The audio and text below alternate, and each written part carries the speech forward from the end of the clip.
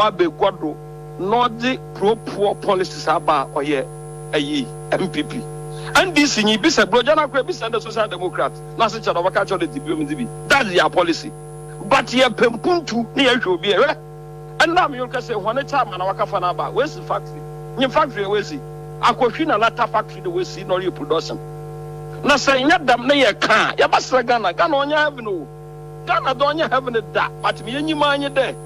And maybe Baba, you ain't what you walk in UK.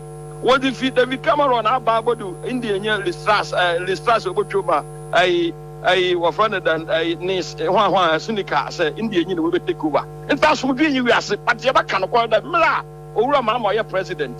Not Sabi any frightful moon school or slim. Not a government subvention or dog work cannot do. Yet there's no Magana or Cotta generator. No, they best need them, no one generators, was so no said them smoke working. In Siabastre, ye happen to be a young poor didn't quality. No, you gun and you put brother by your man. But I say, why took away there?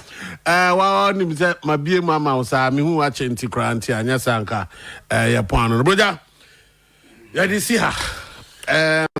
The first we say, a cry we say, I want the right thing to be done. Because the entire did some court near the day, a posterity, that's assemblity. Oh, let me tell you. And what money who you say, Daddy, these are the details. Look at these things.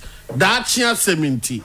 Let's and travel the full journey, no, near the basic.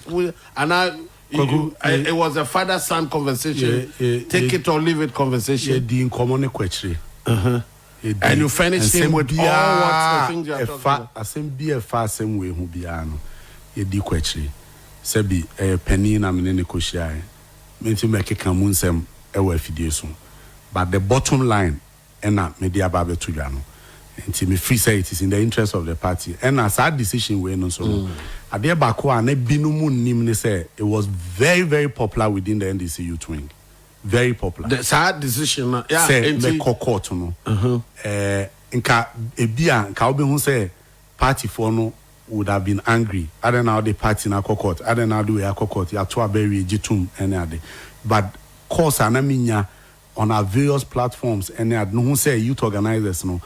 They had a strong conviction say I should have been the national youth organizer. And Tiansa nko to abani biu. Okay, so it got to a point it was very difficult for me.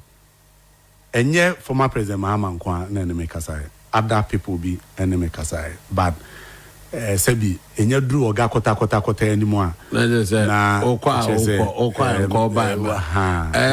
na mana kobasa nti ma me fa wa fi so da enemy so me fa wa to be very frank with you ba me so sa da enemy bansa nza no aka oda enemy ma me fa wa fi so na me call on all NDC youth mesre wonu energy sa ye the core Cape Coast no na very high.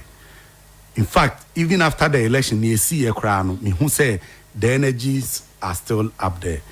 Mr. Almost say let's rededicate it towards the victory of the NDC and the John Dramani Mahama. The SC, the how will be Omwa Sebi mad disappointed. Is it that simple? They're okay. Is it that simple? No, this is the first step. I'll go to all of them again. Okay. I'll go to all of them. I was going to tell because the people say because some obikra beto abama because brother Demfi came to my constituency. And you cannot sit on original FM and say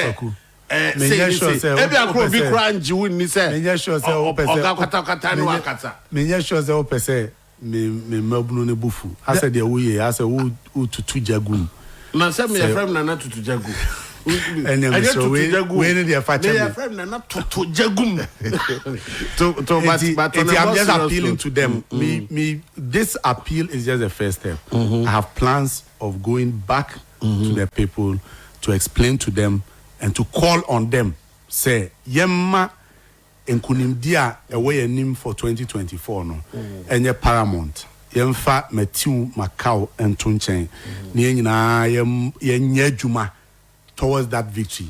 You know, I'm asking these questions because they said we can me share o campaign no nyame be free ho ade ba kwa na sa wo mpa leadership of courage youth leadership of courage yes. obi anim say broja jamfi enye obi a wosi nsuo mu ansa na waham broja jamfi nye obi a watentasuo to ho no asade ne tekrama afa so the offer ne say me tutuja ede agum no I say hodin so to mash up and come with and I said you see when you get to abuse the difference one between Otukono or this second almost 2,000 very big margin pa in fact I see Ketia also won very big very big because we share saying Ketia margin or the winning ya get the young go be winning they are na party for na jide won mu yes kwa about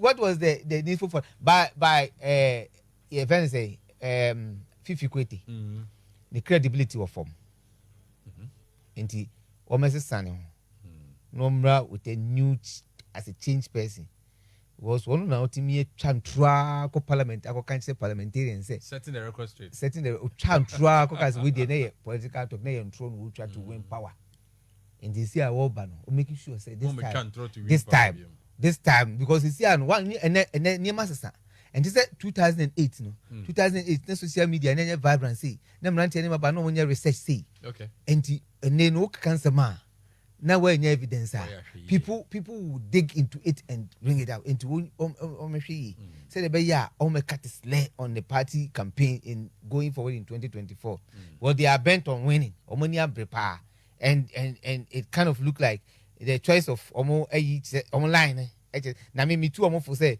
mom esa adwene munyi firi omutim omunyi asa adwene firi omutim che say but ahead of 2024 yeah omunyi sa adwene firi omutim say executives omukura no enyi sa adwene firi omutim say election yemfa gidigide ye enye maabo enye ntokwasem okay election is won at the polling station exactly. Sana Supreme Court for my exactly and polling station yes keke it is won at the polling station when you the party have been able to safeguard your ballots. Now I check it, I record the unyaye and move on to collect it properly for people. So now we no be a collect here. Into a move say they are going to conscientize their mind. Say, yeah, election no, and yes, say but rather no, yeah, make sure say. You will safeguard the ballot. We will let the people vote for us, and when the people vote for us, you better count to near safeguard, near record, near quality, near properly. Say, I see a announcement now. Now, we are fan of crime, ma. You may not enough evidence to show. Say, you see, we results out the buy yet, Odieni, and you know, you go deep.